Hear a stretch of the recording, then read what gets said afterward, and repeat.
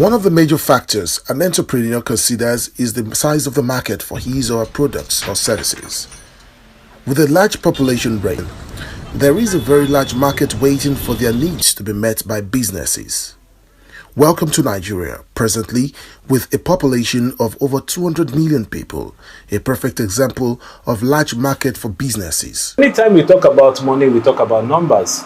And when we talk about numbers, we are talking about numbers of customers. Because when anybody goes into any business, what translates into money is your customers. So if you can get enough customers to both pay the bills and buy your products, then it's money for you. And you will notice that most tech companies abroad, when they want to enter the African market, they start with Nigeria.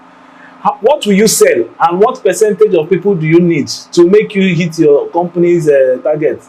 With over 220 million Nigerian human beings, full human beings, even if you are selling baby items, whatever it is you are selling, you would always have enough population. Nigeria provides the largest market share for products and services in Africa, hence the most popular investment destination on the continent. According to the 2022 Nigeria Startup Ecosystem Report by the startup-focused company Disrupt Africa, Nigeria is the most popular tech startup investment destination in Africa. The report stated that between 2015 and 2022, tech startups in Nigeria have raised a combined sum of $2.1 billion either to start a new venture or expand their businesses due to large market. The growth in the amount of investment going into Nigeria's fintech sector is astonishing.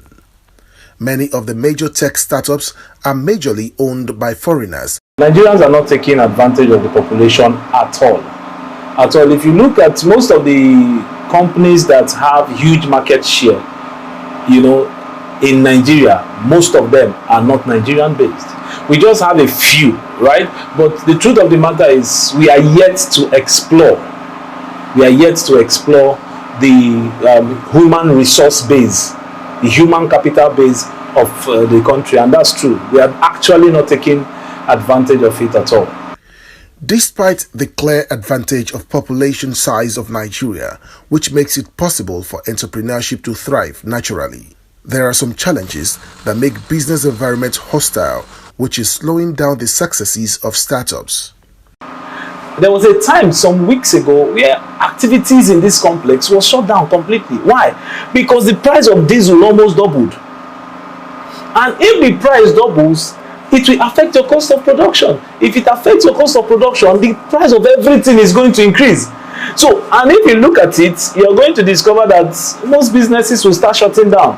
Why? Because they cannot even stay afloat. So, cost of capital, infrastructure, there is instability in the dollar. So that's another problem. The instability of the foreign exchange, and we have so many market prices for the dollar. Analysts say government and other stakeholders need to work harder to improve business climate in Nigeria to turn the large population from liability to assets.